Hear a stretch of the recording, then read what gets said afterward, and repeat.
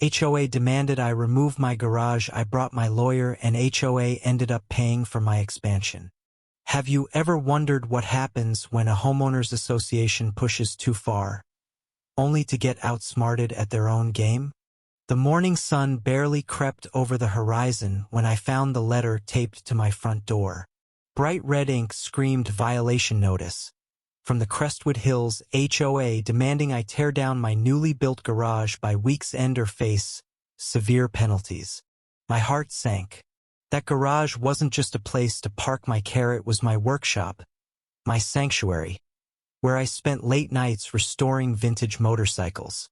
I'd poured months of sweat and savings into it, and now Karen, the HOA president with a vendetta sharper than her bob, wanted it gone. She claimed it violated some obscure bylaw about aesthetic uniformity. I wasn't about to let her win without a fight. I dug into the HOA's rulebook, a 200-page monstrosity of fine print that could put anyone to sleep. But I wasn't sleeping, I was furious. The garage complied with every measurable standard. Setbacks, height, even the paint color matched the neighborhood's approved palette. Karen's complaint hinged on a vague clause about disrupting community harmony, which smelled like a power trip. I called a contractor friend, Mike, who'd helped build the garage. He laughed when I read him the notice. Harmony? What's she gonna say next? Your toolbox clashes with her vibes.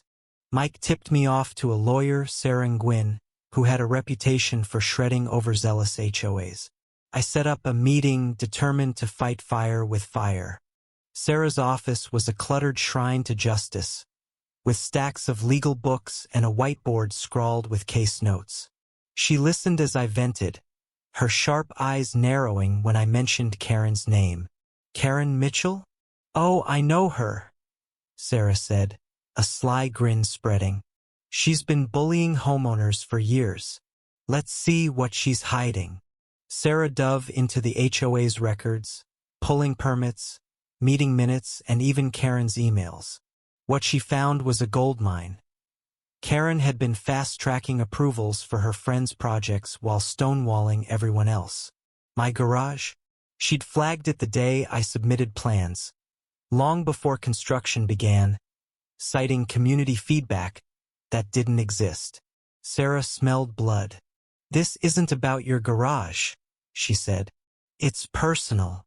The twist came when Sarah uncovered an old property survey buried in the county records. My lot, it turned out, was zoned differently than the rest of Crestwood Hills, grandfathered in from before the HOA's formation. This meant my garage wasn't just compliant. It was untouchable under the HOA's jurisdiction. Karen had either missed this or banked on me not knowing. But Sarah wasn't done. She found a neighbor, Mrs. Delgado, a quiet widow who'd been fined repeatedly by Karen for her garden gnomes. Mrs. Delgado was terrified to speak up but agreed to testify about Karen's harassment if we protected her. Her story added fuel to our case. Karen wasn't just targeting Mesh, was running a one-woman dictatorship. The HOA meeting was set for a chilly Thursday evening in the community center, a sterile room buzzing with fluorescent lights and nervous whispers. Karen sat at the head of the table, her clipboard a scepter, her smile dripping with condescension. About 30 neighbors filled the folding chairs, some curious, others glaring like I'd personally offended their manicured lawns.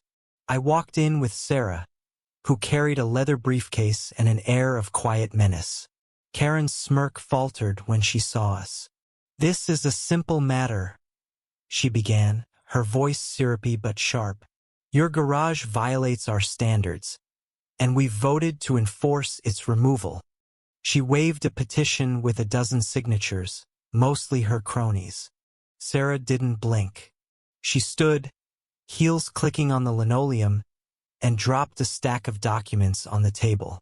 "Let's talk about enforcement," she said, her voice cutting through the room. She laid out the zoning loophole, proving my garage was beyond the HOA's reach.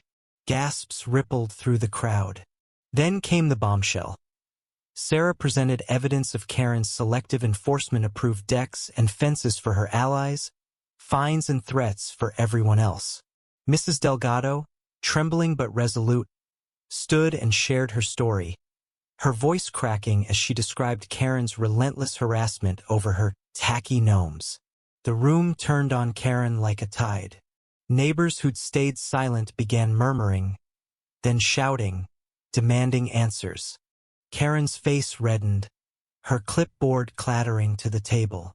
"This is outrageous," she sputtered, trying to regain control. But Sarah wasn't finished.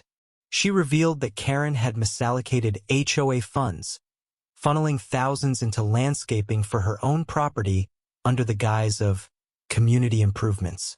The crowd erupted. A retired accountant, Mr. Thompson, stood up, his voice booming. "I've been asking to see the financials for years, and you stonewalled me." Karen's allies shrank in their seats as the room turned chaotic, neighbors demanding an audit and her resignation. By the end of the night, Karen was cornered. The HOA board, desperate to save face, voted to nullify the violation notice against my garage. But Sarah pushed further, filing a formal complaint with the state's regulatory board for HOAs. The fallout was swift. Karen was ousted as president, and an independent audit confirmed her misuse of funds. She was ordered to repay over $10,000 to the HOA in a delicious twist of fate. The new board, led by a reformed Mr. Thompson, approved my request to expand my garage into a full workshop using HOA funds to cover the permitting fees as an apology for the ordeal. Karen, humiliated, put her house up for sale and moved out of Crestwood Hills within months, her reign of terror over. As I stood in my expanded workshop, the smell of fresh paint and motor oil filling the air, I felt a weight lift.